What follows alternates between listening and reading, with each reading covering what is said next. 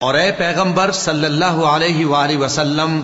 یہ بھی ان سے کہہ دو کہ اگر یہ لوگ سیدھے رستے پر رہتے تو ہم ان کے پینے کو بہت سا پانی دیتے تاکہ اس سے ان کی آزمائش کریں، اور جو شخص اپنے پروردگار کی یاد سے منہ پھیرے گا وہ اس کو سخت عذاب میں داخل کرے گا۔ اور یہ کہ مسجدیں خاص اللہ کی ہیں، تو اللہ کے ساتھ کسی اور کی عبادت نہ کرو، اور جب اللہ کے بندے یعنی یہ پیغمبر صلی اللہ علیہ وآلہ وسلم اس کی عبادت کو کھڑے ہوئے تو کافر ان کے گرد ہجوم کر لینے کو تھے۔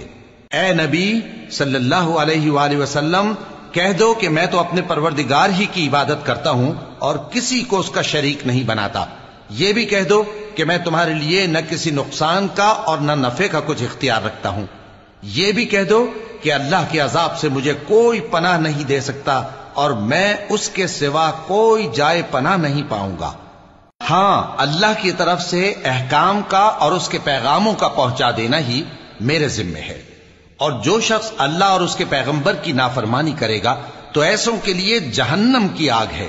وہ ہمیشہ ہمیشہ اس میں رہیں گے، یہاں تک کہ جب یہ لوگ وہ دن دیکھ لیں گے جس کا ان سے وعدہ کیا جاتا ہے، تب ان کو معلوم ہو جائے گا کہ مددگار کس کے کمزور ہیں اور شمار کن کا تھوڑا ہے۔